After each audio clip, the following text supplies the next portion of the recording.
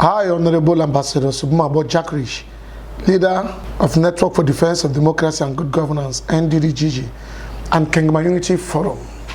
KUF, commend President Buhari for finally assenting to the Petroleum Industry Bill after about 20 years, despite its surrounding gray areas. While I welcome the passage of the Petroleum Industry Act by President Muhammadu Buhari with mixed feelings amidst the unresolved issues raised by stakeholders in the Niger Delta, especially with regards to the meager 3% of the entity's actual yearly operating expenditure of the preceding financial year in the upstream, midstream, and downstream sectors to oil-producing communities. I am however optimistic that the 3% equity shares, if properly utilized, will bring about the basic development critical to the well-being of the people of the host communities. The good part, as can be observed in the Act, is that all contributions will be deposited in a trust fund for onward direct payment to the host communities. While I had earlier called on the federal government to upwardly review the 3% equity shares to the host communities, I wish to also allay the fears of the people of Niger Delta regarding the contentious issue contained in the Act. That shortfalls notice in course of implementing the PIA will definitely lead to a review in the nearest future, as no law is absolute, neither cast on stones. However, the arrival of the 3% equity shares to host communities should be blamed on failure of members of the National Assembly from the Niger Delta region to live up to expectation by not making their voices loud enough on issues bordering on the well-being of those they represent. Meanwhile, with President Buhari expediting action by approving the steering committee to oversee the process of implementing the Petroleum Industry Act, led by the Minister of State for Petroleum Resources, Silva, I am optimistic that the move will reposition the petroleum industry, as well as fast-track the needed development in the Niger Delta region. The Nddgg, however, disagrees with the position of the Rivers State Governor Wike on the passage of the PIA. Governor Wike, in recent interview on Channels TV, asked the federal government to checkmate the spending of the 3% allocated funds to host communities. Governor Wike said he was not against the allocation of the funds to the Niger Delta communities, but that leaving host communities with the fund will cause a lot of crisis, adding that there was the need for the money to be properly monitored, claiming that if the host communities are allowed to spend the funds, there will be a loophole, raises so much concern and suspicion. It is obvious that the hidden motive behind the governor's call on the federal government is so that the funds will be paid to the coffers of the state government, where he superintends the disbursement of the funds. His advice to the federal government to mandate a monitoring of the expenditure is because, if accepted, the federal government will in turn ask the state government to be those to monitor the financial expenditure of the host communities, and thereby strategically hijacking the funds again, or will start looking for a way to get percentage from the host communities. Knowing the surrounding antecedents of the 20% oil derivation funds paid to state governors on behalf of the host communities, of which Governor Wike has received for the past 6 years without anything to show as a single tangible developmental project cited anywhere around any of the oil and gas bearing communities in Rivers State, raises so much questions about the genuineness of his advice to the federal government. Sadly, communities with oil and gas reserves in Rivers State have suffered the worst fate and have been deliberately impoverished by the Wike-led government in the state. With clear examples of local government areas in Rivers State with oil and gas mineral deposits without a commensurate government presence in the past 6 years of the Governor Wike-led administration, despite receiving the 13% derivation on their behalf.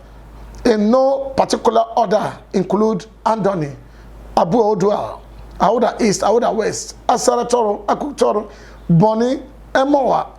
Elemego Kana, Ogba Egbema, Ndoni, and Oyibo local government areas. A trip to the various communities of these various LGAs will show you the level of wickedness and injustice perpetrated against these people who provide the economic mainstay of the state and country at large. We challenge Governor Nyesom Wike to show proof of any meaningful project executed in these areas with the 13% derivation fund, which is originally meant for the development of those areas. We challenge the Rivers State government led by Governor Wike to tell Rivers people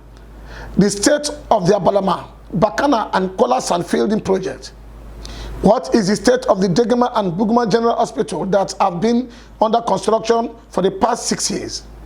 We challenge them to show Rivers people any tangible project flagged off and completed in Asaratoro, Akutoro, or Degema in the past 6 years. Until then, Governor Wike falls short of the moral justification to advise the federal government on the matter in question.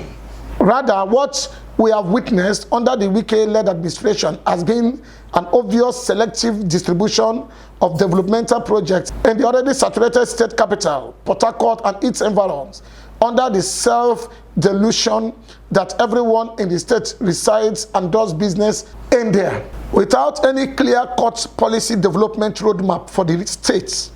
All we have seen as so-called legacy projects by this administration has been indiscriminate siting of flyover bridges, which upon completion will not solve the problem of gridlock in the state capital and environs. Governor Wike flagged off construction of the Rumuogba, Rebisi, and Okoronondo flyovers in October 2019, which was welcomed by all well-meaning people of the state. But after publication by the EFCC in May 24, 2020,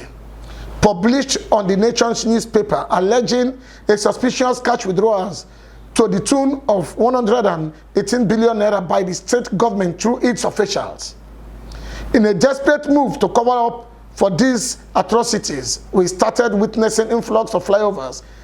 in every junction of the state capital and its environs. The cash was allegedly withdrawn by the Director of Finance, Government House, Fobra Semdalaye,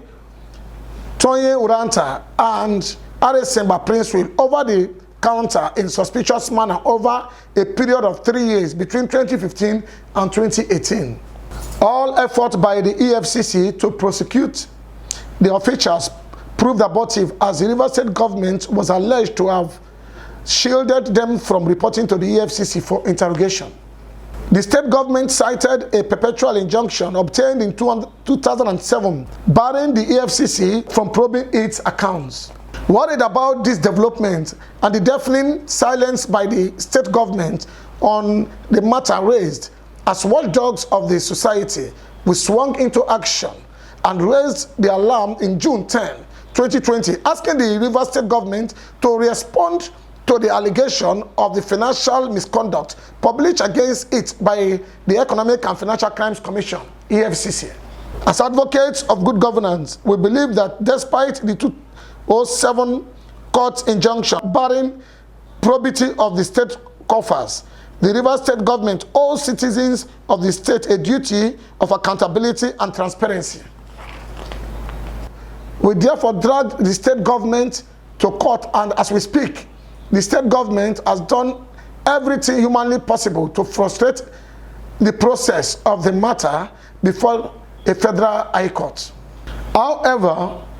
despite these orders, we believe that the state government under Governor Wike shall surely give account to Rivers people in due course, as power truly belongs to the people. Otherwise, how can projects running into several billions of naira only be an afterthought and not captured in the state's annual financial plan, only to be included much later after we have alerted members of the public on the perceived fraud perpetrated by this administration against the people? Meanwhile, just a few days ago, his counterpart, Governor David Umahi of Ebonyi State, performed the groundbreaking ceremony to construct 2 flyover bridges covering 500 meters each at the cost of 1.2 billion and 1.4 billion respectively. While 3 similar bridges in Rivers State, the Okoronondo, Rebisi and Romo-Agba flyovers, was done at the whopping cost of 21 billion naira. The GRA Junction flyover and expansion of few adjoining roads to it cost 18 billion naira. The Rumola flyover cost 15 billion naira. Not talking about the Water Nines or Ikoku flyover that leads to nowhere or perhaps into Rivers State University premises. Permanent Secretary of the Ministry of Works in the state, Walter Indu, who gave the description of the Rumo-Agba flyover, said the bridge covers a length of 517.5 meters with a width of 14.6 meters. Another contentious claim is that the Rebisi flyover has a 969.4 meters length and a width of 17.6 meters, while the Okoronondo flyover is 642.75 meters long and 8.3 meters wide. If a 500 meters length of road in another state costs just 1.2 billion naira, how come a similar project in Rivers State will get as high as 7 billion naira in the same Nigeria that we all are? I leave this question in the court of public opinion.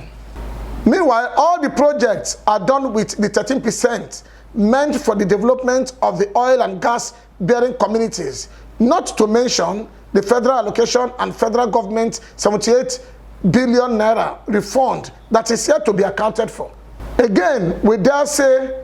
that the Rivers State government under Governor Wike shall give account to Rivers people in due time, as power truly belongs to the people. We urge the federal government to disregard such advice and go ahead with its original plan, where the contributions will be deposited in a trust fund for onward direct payment to the host communities.